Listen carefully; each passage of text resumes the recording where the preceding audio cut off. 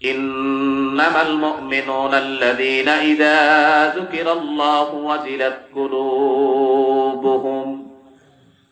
আল্লাহ পাক রব্বুল আলামিন বলেন, যখন বান্দার সামনে আমি আল্লাহর নাম নেওয়া হয়, ওয়াজিলাত কুলুবুহুম, আমি আল্লাহর ভয়ে তার অন্তরটা কেঁপে ওঠে। অর্থাৎ আল্লাহর নাম স্মরণ হলে, আল্লাহর নাম নেওয়া হলে, আল্লাহর জিকির করা হলে, আল্লাহর ভয়ে যেই মুসলমানের অন্তরটা কেঁপে যায়, যেই মুসলমানের আল্লাহর ভয় অন্তরে আছে, তাহলে বুঝবেন তার মধ্যে ঈমানের একটা গুণ আছে। অর্থাৎ আল্লাহ তাআলার ভয় হলো ঈমানদারের একটা গুণ। 5টা গুণের একটা গুণ হলো আল্লাহকে ভয় করা। এখন তো বলবেন, হুজুর সবাই তো আল্লাহরে ভয় করে। এই কথাটা কিন্তু সবাই বলে ঠিক, কিন্তু কে আল্লাহকে ভয় করে আর কে করে না, এটা বোঝার জন্য আগে একটা দৃষ্টান্ত দেই। বলেন তো দেখি, মানুষ আগুনকে ভয় পায় কিনা? আগুনকে কিন্তু ভয় পায়, যার কারণে আগুনের ভিতরে কেউ হাত দিতে চায় না, কারণ হাত দিলে তার হাতটা পুড়ে যাবে। এই বয়সে আগুনে হাত দেয় না, কারণ আগুনের যে একটা ক্ষমতা আছে, জ্বালায় পুড়ে ছারখার করে দেয়। এইটা বিশ্বাস আর ভয় থাকার কারণে আগুনের ভিতরে কেউ হাত দেয় না। যেই রকম আগুনের ক্ষমতার ভয় থাকার কারণে আগুনের ভিতরে কেউ হাত দেয় না, কিন্তু মানুষ যদি আল্লাহকে ভয় পায়, আল্লাহর জাহান্নামকে ভয় পায়, আল্লাহর আযাবকে ভয় পায়, তাহলে সে কেমনে আল্লাহর হুকুম মানে না? তাহলে যেই মানুষটা আল্লাহর হুকুম মানে না আর বলে আমি আল্লাহকে ভয় করি, এটা মিথ্যা কথা। যে আল্লাহকে ভয় করে সে অবশ্যই গুনাহ করবে না। যে মানুষটা আল্লাহকে ভয় করবে সে কখনোই জবানে মিথ্যা বলবে না। যেই বান্দা আল্লাহকে ভয় করবে সে কখনোই গুনার কাজ করবে না, কাউকে গালিগালাজ করবে না, মা বাবার সাথে অন্যায় করবে না, সে কখনোই নামাজ ছাড়বে না। মোট কথা হলো, আল্লাহর ভয় থাকলে সে অন্যায় করে না, আর যদি অন্যায় করে তাহলে বুঝবেন সে আল্লাহকে ভয় করে না।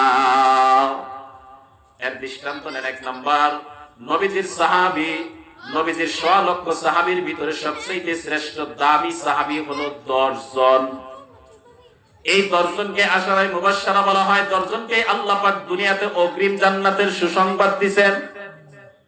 এই 10 জনের মধ্যে আবার আরো 4 জন হলো বাছাইকৃত শ্রেষ্ঠ, যাদেরকে খুলাফায়ে রাশিদিন বলা হয়। 1 নম্বরে আবু বকর সিদ্দিক রাদিয়াল্লাহু তাআলা আনহু, 2 নম্বরে হযরত ওমর রাদিয়াল্লাহু তাআলা আনহু, 3 নম্বরে হযরত ওসমান রাদিয়াল্লাহু তাআলা আনহু, 4 নম্বরে হযরত আলী রাদিয়াল্লাহু তাআলা আনহু। এই 4 জন শ্রেষ্ঠের ভিতরে আবার এই 4 জনের ভিতরে আমি যার কথা বলবো, 2 নম্বরে হযরত ওমর রাদিয়াল্লাহু তাআলা আনহুর কথা বলবো, আর হযরত আলী রাদিয়াল্লাহু তাআলা আনহু। 2 জনই কিন্তু দামি মানুষ, জান্নাতের সার্টিফিকেট প্রাপ্ত সাহাবী। ওমর রাদিয়াল্লাহু তাআলা আনহু হলো নবীজির শ্বশুর, আর আলী রাদিয়াল্লাহু তাআলা আনহু হলো নবীজির মেয়ের জামাই। অর্থাৎ দুজনেই কিন্তু দামি মানুষ, জান্নাতি মানুষ। ওমর ফারুক রাদিয়াল্লাহু তাআলা আনহু তখন মদিনার প্রেসিডেন্ট, মদিনার রাষ্ট্রপ্রধান হলেন হযরত ওমর। রাতের বেলা ওমর রাদিয়াল্লাহু তাআলা আনহু রাষ্ট্রীয় সম্পদের হিসাব করতেছেন, কপিবাতি জ্বালায়া, তেল দিয়ে কপিবাতি জ্বালায়া রাষ্ট্রীয় সম্পদের হিসাব করতেছেন। এমন সময় এই দামি মানুষ হযরত আলী রাদিয়াল্লাহু তাআলা আনহু, এই খলিফাতুল মুসলিমিন ওমর রাদিয়াল্লাহু তাআলা আনহুর বাড়িতে গেলেন, সালাম দিলেন, আসসালামু আলাইকুম ইয়া আমিরুল মুমিনিন। সালামের জবাব দিলেন। আর আলী রাদিয়াল্লাহু তাআলা আনহুকে ওমর রাদিয়াল্লাহু তাআলা আনহু জিজ্ঞাসা করলো, আলী এত গভীর রাতে তুমি কেন আসছো? কেন আসছো এই গভীর রাতে? আলী রাদিয়াল্লাহু তাআলা আনহু বললেন, আমি আসছি একটা পরামর্শ করার জন্য। হযরত ওমর রাদিয়াল্লাহু তাআলা আনহু বলতেছেন, রে আলী, এই গভীর রাতে তুমি কি পরামর্শ করার জন্য আসছো? এই পরামর্শ কি তোমার ব্যক্তিগত কিনা, নাকি আমি রাষ্ট্রপ্রধান হিসেবে আমার সাথে রাষ্ট্রীয় কোনো পরামর্শের জন্য আসছো? এইটা বলার পরে হযরত আলী রাদিয়াল্লাহু তাআলা আনহু বলতেছেন, না, আমি রাষ্ট্রীয় কোনো পরামর্শের জন্য আসি নাই, আমি আসছি আমার ব্যক্তিগত পরামর্শ করার জন্য। যখন এই কথা বলছে, ওমর রাদিয়াল্লাহু তাআলা আনহু ফু দিয়া বাতিটা নিভাইয়া দিছে। আচ্ছা, রাত্রের বেলা যদি মেহমান আসে আর ফু দিয়া বাতি নিভাইয়া দেন, মেহমান খুশি হবে না বেজার হবে? আলী রাদিয়াল্লাহু তাআলা আনহু একটু মনে কষ্ট নিলেন, আমি আসলাম পরামর্শ করার জন্য, আর তিনি বাতিটা নিভাইয়া দিল কেন? তো আলী রাদিয়াল্লাহু তাআলা আনহু বললেন, হ্যাঁ খলিফাতুল মুসলিমিন, আপনি বাতিটা কেন নিভাইয়া দিলেন? ওমর রাদিয়াল্লাহু তাআলা আনহু বললেন, রে আলী, আমি আগে বাতিটা জ্বালায়া নেই। আবার একটা বাতি তিনি কফি বাতি জ্বালাইলেন, কিন্তু আগেরটা না, অন্য আরেকটা জ্বালাইলেন কফি বাতি। জ্বালানোর পর বলতেছে, রে আলী, তুমি যেহেতু ব্যক্তিগত পরামর্শের জন্য আসছো, তুমি আমার মেহমান হইলা ব্যক্তিগত। যদি রাষ্ট্রীয় পরামর্শের জন্য আসতা তাহলে রাষ্ট্রীয় মেহমান হইতা। যেহেতু তুমি আমার ব্যক্তিগত মেহমান, তাহলে তোমার পিছে যত খরচ হবে, মেহমানদারি হবে, যা কিছু হবে, আমার ব্যক্তিগত ভাবে করতে হবে। আমি তো এই বাতিটা জ্বালায় হিসাব করতেছিলাম, রে আলী, ওই তেলটা ছিল রাষ্ট্রীয় সম্পদের কিনা তেল, ওইটা জ্বালায় আমি রাষ্ট্রীয় সম্পদের হিসাব করতেছিলাম। আর তুমি আসলা ব্যক্তিগত পরামর্শের জন্য, তাই রাষ্ট্রীয় সম্পদের কিনা তেলের বাতি বন্ধ করে দিয়া আমার ব্যক্তিগত টাকার কিনা তেলের বাতি আমি এখন জ্বালাইছি, রে আলী। হযরত আলী রাদিয়াল্লাহু তাআলা তো অবাক হয়ে গেলেন। আর খলিফাতুল মুসলিমিন হযরত ওমর বলতেছে, আলী, আমি যদি কাল কিয়ামতের কঠিন ময়দানে হাসরের মাঠে দাঁড়ানোর পর আল্লাহ যদি জিজ্ঞাসা করে, ওমর, তুমি রাষ্ট্রীয় সম্পদের তেলের বাতি জ্বালায়া ব্যক্তিগত মেহমান আলীর সাথে কেন কথা বললা, রাষ্ট্রীয় সম্পদের অপব্যয় কেন করলা, হিসাব দাও। আমি ওমর কি হিসাব দিব? এই ভয়ে আমি বাতিটা নিভাইয়া দিছি, রে আলী। দেখেন কেমন ভয় পাইছে, কত সূক্ষ্ম চিন্তা করছে। রাষ্ট্রীয় সম্পদের তেল বাতি জ্বালাইয়া হিসাব করতেছি, ব্যক্তিগত কাজে আসছে, তাহলে মেহমান তো ব্যক্তিগত হইছে। এত সূক্ষ্ম চিন্তা দিলের মধ্যে আসছে শুধু আল্লাহর ভয় থাকার কারণে। এই ভয়ের কথাই আল্লাহ পাক বলছেন, ইন্নামাল মুমিনুনা আল্লাযীনা ইযা যুকিরাল্লাহ ওয়াজিলাত কুলুবুহুম, যারা আল্লাহকে ভয় পায়, যাদের অন্তরের মধ্যে আল্লাহর ভয় আছে, এটা হলো ঈমানদারের একটা গুণ। শুধু তাই না, যেই বান্দা আল্লাহকে ভয় করে তার দ্বারা কোনো গুনার কাজ সংগঠিত হয় না। যে আল্লাহকে ভয় করে, এই আল্লাহর ভয় যার মধ্যে যত বেশি, তার ঈমানও তত বেশি। আমি হতে পারি একজন আলেম, যদি আমার অন্তরে আল্লাহর ভয় না থাকে তাহলে আমার মধ্যে ঈমানের গুণ নাই। আর যদি একজন সাধারণ দিনমজুর মানুষের মধ্যেও যদি আল্লাহর ভয় থাকে, আল্লাহর ভয়ে সে অপরাধ করে না, গুনাহ করে না, তাহলে ওই সাধারণ দিনমজুর মানুষটাও আল্লাহর কাছে ঈমানের কাতারে আমি আলেমের চাইতেও সে বড়। কারণ আমি আলেম হলেও আল্লাহর ভয় নাই, তার মধ্যে আল্লাহর ভয় আছে। যেই মা বোনের মধ্যে আল্লাহর ভয় আছে, ওই মা বোনের মধ্যেও ঈমান আছে। তাহলে ঈমানদারের এক নাম্বার গুণ আল্লাহ কি বললেন? আল্লাহর ভয়। মূল কথাটা মনে রাখতে হবে, বলে আমল করবেন কেমনে? তাহলে এক নাম্বার গুণ কি? আল্লাহর ভয়। দুই নাম্বার আল্লাহ পাক বলেন, ওয়া ইযা তুলিয়াত আলাইহিম আয়াতুহু যাদাতহুম ঈমানা,